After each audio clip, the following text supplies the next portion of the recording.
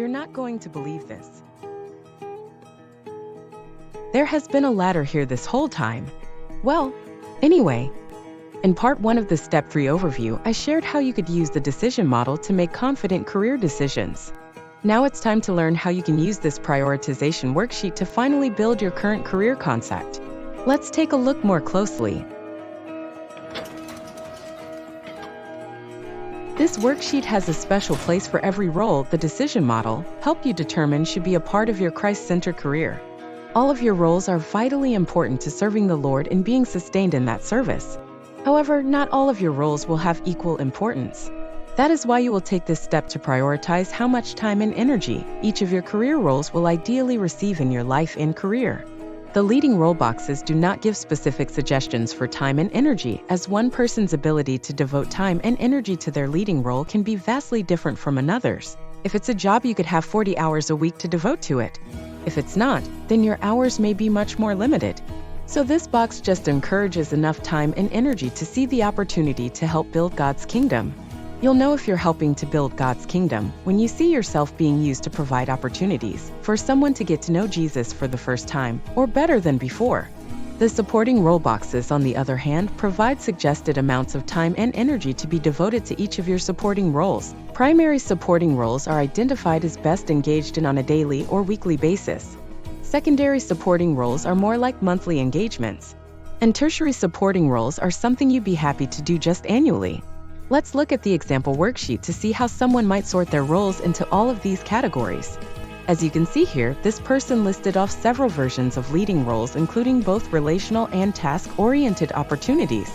Then they sorted their supporting roles in order of importance to their overall health, because all forms of health are needed to maintain long-term service in leading roles. With that goal in mind, this person determined that relational roles, like spending time with God and spending time with their spouse, should be in the primary supporting role category. Daily and weekly time seemed appropriate to keep them a healthy servant of the Lord.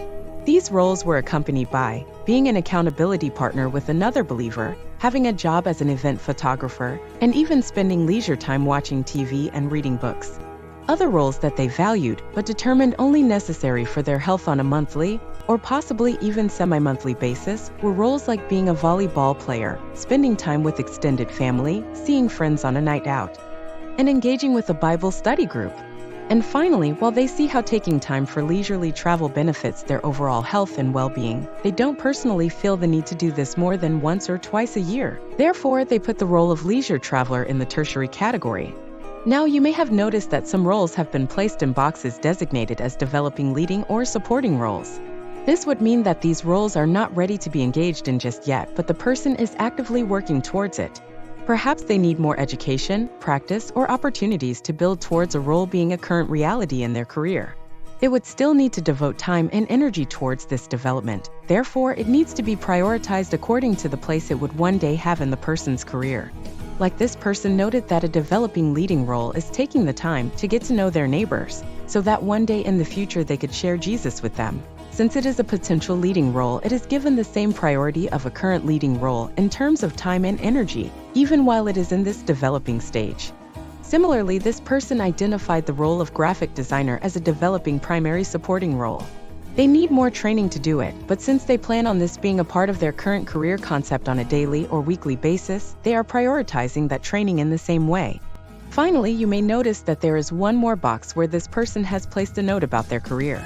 They took the one item from their master list that never found its way into a career role and have placed it in this box called unfulfilled skills, interests, or relational needs.